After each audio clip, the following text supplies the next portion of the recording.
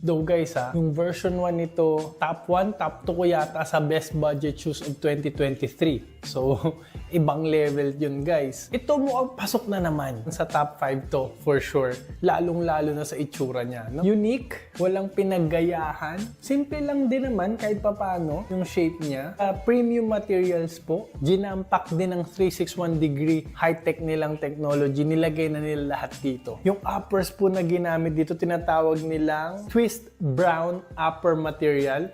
Kung titignan, para siyang TPU knit na meron ding dalawang layer siya. Kung titignan nyo, meron din sa loob ng mesh. Ito, nakikita nyo sa loob yung parang green mesh po siya na open mesh, napaka-breathable. Yung parang nylon na puti. O, yan yung TPU knit. Very breathable naman talaga, lightweight. Pero at the same time, very stable, very supportive po.